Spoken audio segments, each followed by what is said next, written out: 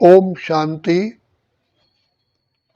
हमारे प्यारे प्यारे अति प्यारे परम पिता, परम शिक्षक, परम सतगुरु शिव बाबा, जो दुख हरता सुख करता है, जिनको शास्त्रों में नीलकंठ भगवान कहा गया है, क्योंकि पिता परमात्मा हमारे सारे अवगुणों को चूस लेते हैं और हमारे अंदर गुण भर देते हैं, जिसके लिए कहा गया जहर हंस हंस के पी लेना, अमृत बांटते जाना, पीने और पिलाने में तुम्हारी याद आती है।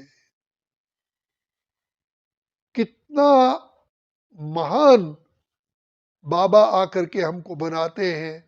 भगवान मनुष्य आत्माओं की उल्टी सुलटी बातें जो परमात्मा के प्रति करते हैं, वो सुनते हुए भी जो जहर के समान है, हंस हंस के पी लेना, और फिर भी ज्ञान की बौछार करते हैं। तो ये कैसे होता है? इसका आसान तरीका क्या है? क्योंकि बाप आकर के हमें अपने से भी ऊंचा बनाते हैं।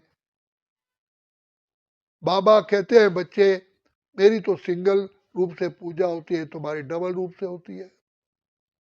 तो इतना ऊंच बाबा ने बनाया।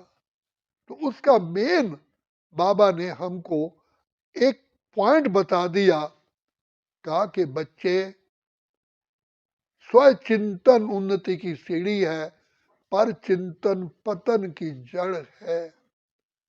आत्मिक स्मृति में रहने से ही, निराकारी स्थिति में रहने से ही ऑटोमेटिकली हम निराकारी बाप के प्यारे लगते हैं। मैंने खुद अनुभव किया है कि जब मैंने आत्मिक स्मृति का अभ्यास किया तो शिव बाबा ने आकर के मुझे अपनी बाहों में समा लिया। तो निराकारी स्थिति में आने से जो हम हैं ही आत्मा, अजर अमर अविनाशी, देह तो हमारा टेम्परेरी वस्त्र है, लेकिन हम कितनी भूल कर बैठे, अपने को देश में बैठे। तो जैसे ही हम अपनी ओरिजिनल स्थिति में आते हैं, निराकारी स्थिति में आते हैं, अपने आप ही निरअहंकारी और निर्विकारी बन जाते हैं। तो निरअहंकारी बनने से हम लोकप्रिय बनते हैं, निराकारी बनने से पिता परमात्मा प्रभु प्रिय बनते हैं, और निर्विकारी बनने से हम स्वयं को प्रिय लगते हैं। तो जितना जितना हम आत्मिक स्मृति का अभ्यास करते हैं, वैसे ही हमारी बुद्धि में ज्ञान समा जाता है, क्योंकि बुद्धि क्लीन हो जाती है।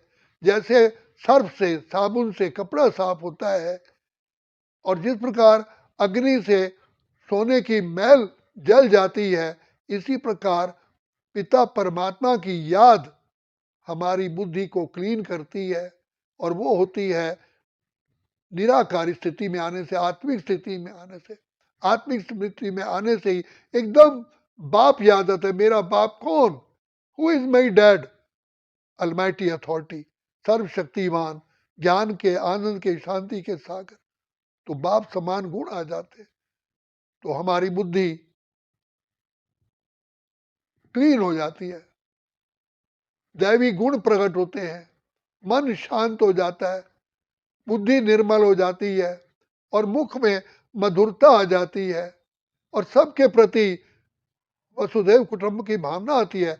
जैसे पिता परमात्मा सारे जगत का रचयिता पिता है, हम भी वही सोचते हैं, मैं भी जगत का भाई हूं, सब मेरे लिए है। जैसे तरुवर फल नहीं खाते हैं, नदी न संचे नीर, परमारथ के कारणे साधुन धरा शरीर। तो ये शरीर ईश्वरी सेवा के लिए मिला है। पिता परमात्मा अपने लिए नहीं रहते हैं, सारे जगत के पिता है। तो पिता ही, जो सच्चा पिता है, वही अपनी संतान के लिए रहम दिल होता है। तो पिता के गुण हमारे अंदर आते हैं, हम रहम दिल बन जाते हैं। सर्वे भवन्तु सुखिना, सर्वे भवन्तु निरामया, सर्वे भद्राणि पश्यन्तु, सब का भला हो। ये तभी होता है जब हम पिता परमात्मा की एक्यूरेट याद में होते हैं, अपने को आत्मा समझते हैं। आत्मिक स्मृति से ही हमारा उत्थान होता है। इसलिए कहा स्व चिंतन उन्नति की सीढ़ी है। पर चिंतन अर्थात आत्मा को छोड़कर देह के पदार्थ, देह की जितनी भी चीजें हैं, पतन का जड़ है। तो इसीलिए बाप कहते हैं, बच्चे सिमर सिमर सिमर सुख पाओ, काल कलेश मिटे सब। इसी बाप की याद से निर्विकारी स्थिति, निराकारी स्थिति में टिकने से अपने आप निर्विकारी बनते हैं।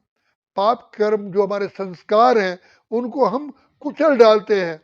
जब इंसान में योग्यता आ जाती है तो उन पर विजय प्राप्त करता है, दिव्य बुद्धि प्रकट हो जाती है। पिता परमात्मा आकर के हमारी बुद्धि में निवास करते हैं।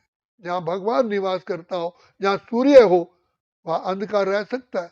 तो पिता परमात्मा की याद माना ही फुल एनलाइटनमेंट। तो जहाँ पिता परमात्मा बुद्धि में निवास करता हो, तो वहाँ परमात्मा के गुण, परमात्मा की शक्तियाँ, परमात्मा के बोल, परमात्मा के वरदान, परमात्मा की कलाएं, सब कुछ आ जाता है। अर्थात हम बाप समान बन जाते हैं। तो बाप समान बनने के लिए केवल एक ही तरीका है, अपने को आत्मा समझ के पिता परमात्मा के साथ तार जोड़ना। ये बुद्धि की तार है।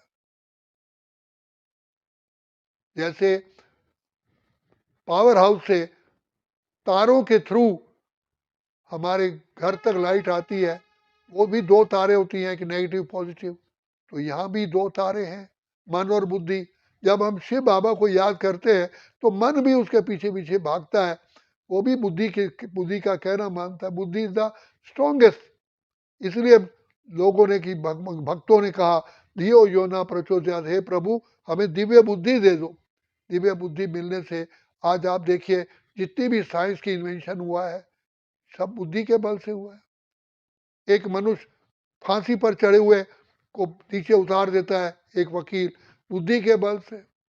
तो बुद्धि पिता परमात्मा का दिव्य वरदान है। और ये हमको जन्म से जैसे हम बाबा के बच्चे बनते हैं, दिव्य बुद्धि, दिव्य शक्तियाँ मिल जाती हैं। लेकिन इसका सदुपयोग करने के लिए बाप कहते हैं, निरंतर निराकारी स्थिति में टिको। तो निराकारी स्थिति में रहने से ऑटोमेटिकली सब काम सही हो जाते हैं। सबसे बड़ा सत्य क्या है? सत्य ज्ञान है, अपने को आत्मा समझना। आत्मा ही सत्य है, आत्मा अविनाशी है, आत्मा का कभी विनाश नहीं होता। सत्य का कभी विनाश नहीं होता है। तो इसीलिए बाबा कहते हैं, मुख में मधुरता, बुद्धि में रहम दिली, मन में स्वच्छता, सद्भावना का एक ही तरीका है, आत्मिक स्मृति में टिकना। अच्छा, ओम शांति, ओम शांति, ओम शांति।